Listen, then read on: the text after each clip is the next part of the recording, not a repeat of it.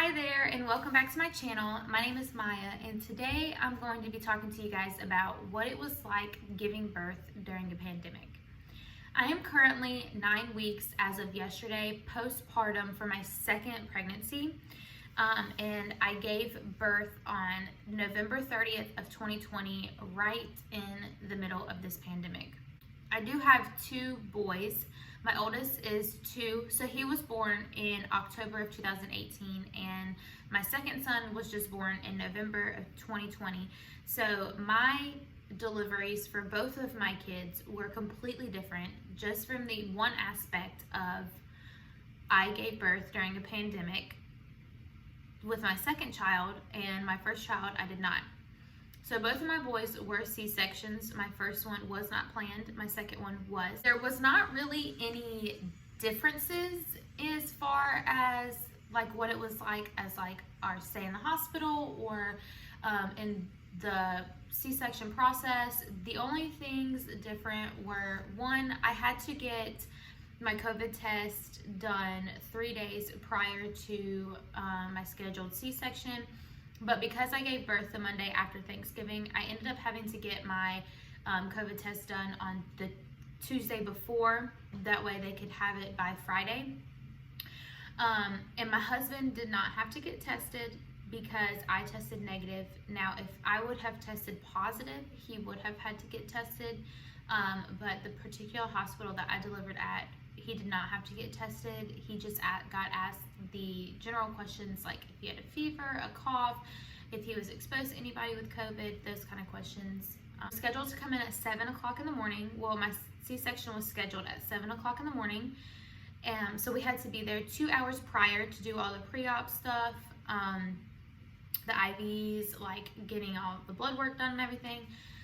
And the particular hospital that I delivered at, they were about 45 minutes to an hour away from where we live. So we ended up having to leave our house at about 3:45 or 4 o'clock in the morning. So once we got to the hospital, of course we had to wear masks, like in the hospital area. I did not have to wear a mask during my C-section. We got done with the C-section and we were moved to recovery. I did have a mask. Now, with everybody coming in and out, like doctors and nurses and pediatricians checking on all of us, I did not wear it because it was just easier to speak to them without having my mask on. Now, of course, the nurses and the doctors and even my husband himself, they did wear masks, but I did not have to wear my mask. Yes, and then we got to our room, and you do have to wear a mask like as you're going through the hallways of the hospital, but once we were in our room, neither one of us had to wear our masks. My husband did have to leave the room a few times, and those times he did wear his masks. There was one time that I did leave our room that I did wear a mask, and it was the first time that I got up after having my C-section. My nurse took me in the hallway just to walk, because the quicker you get up, the more you move around, the better you're off. Other than that, I did not leave the room until we left to go home. There really wasn't very many differences for us this time around. There was, the rules implemented where you could only have one support person, and that person had to stay for the duration of your stay. They could leave and come back, but you could not swap for other people. I know that I recently just heard that things have changed in our area. All the hospitals except for the hospital that I delivered at is allowing 2 support people now that can be swapped for other people. There just can't be more than 2 people with you. The hospital that I delivered at is specifically just for pregnant women and babies. We did not have to worry about other people coming in who may have been ill or like injured people, or just people coming in and out all the time. It was mainly just women who were pregnant, giving birth, or just delivered. When I had my first son, there was a lot more activity going on in the hospital as far as like, the lactation consultant, They had the photographers that would come in and take pictures of you and your newborns. There was like a class that we had to attend that was probably like 20 minutes long before we could leave, that basically was just like general information about caring for newborns, like how they should sleep, if they stop breathing, what do you do, like things like that, like don't cook with them in your arms, things like that. We did not have to do that this time. Of course, the discharge nurse just gave us the general information. Basically just encouraged to stay in your room unless it was 100% necessary for you to leave. My son did not leave the room, but one time when he got circumcised, he had to leave, and they did his hearing test, but they did that all at the same time so that he did not have to come and go. He could just go one time, get it all done, come back, and he did not have to leave until we were going home. As far as like people coming in and out, the nurses only came, the doctors only came, the staff only came in and out when they absolutely needed to. There was not just people coming in and out just because. Typically after a C-section, you stay for 3 days afterwards just to make sure like you're good to go, there's no complications, you don't have like any infections brewing, all those kind of things. With my first son, I did stay 3 days with him. This most recent delivery, we only stayed for 2 days. Now, I'm not sure if that is something that they just started doing because of the pandemic, where they want to get you in and out as soon as possible, or if that's something that they have always offered and they just didn't offer it to us the first time. Because this most recent time, after the second night, when my doctor came in to check me and make sure that I was good to go and that I didn't have any problems, and they look at your incision and everything, asked me if I wanted to stay another night or if I was okay to go home, or if I wanted to go home or anything like that. And I told them that if my son was cleared by the pediatrician, I was ready to go.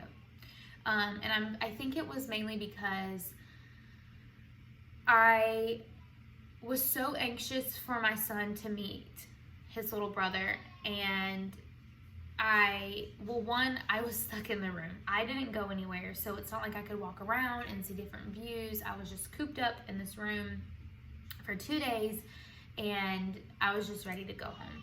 So once my son was cleared by the pediatrician to go home and all of his levels were good and everything, we were discharged. We did what they call like an expedited discharge, which is basically, instead of waiting for transport to come get us in a wheelchair to bring us down to the front doors where they check like the car seat and everything and make sure everything's good, help you get in the car, I was good to go.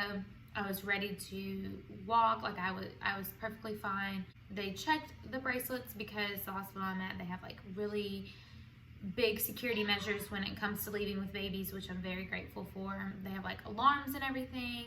So it took us a few minutes to actually get to leave because they have to check everything and make sure like we're leaving with our baby and it's our baby that we're leaving with.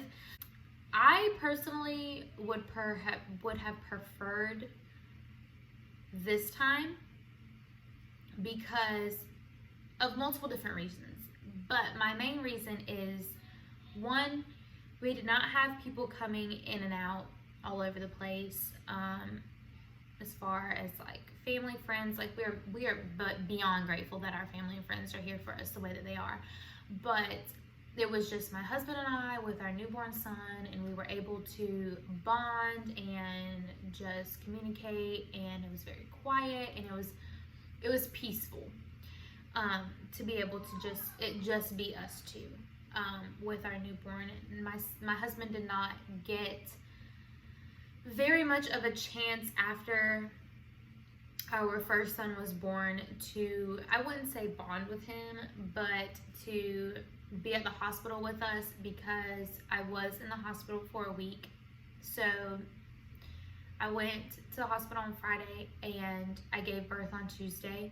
So the next day after my son was born on Wednesday, my husband did have to go to work.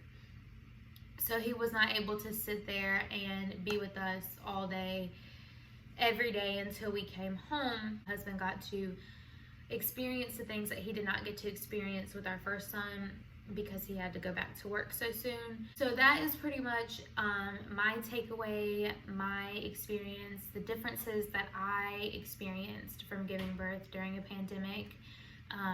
If you are experiencing if you are going to be giving birth during a pandemic, do not be scared. Do not be stressed out. Do not be worried. There is enough of that going on with just the simple thought of giving birth. It does not need to be added on thinking about what else is going on in the world. Being a new mom or a first-time mom in general is scary enough. There's no need for added stress or worry or anything. Just enjoy it and be in the moment, because this is a moment that you are going to cherish forever. If you guys like this video, please give it a thumbs up and subscribe down below. I'd love to have you here. I do post every Tuesday and Friday. So thank you guys for watching, and I will see you in the next one.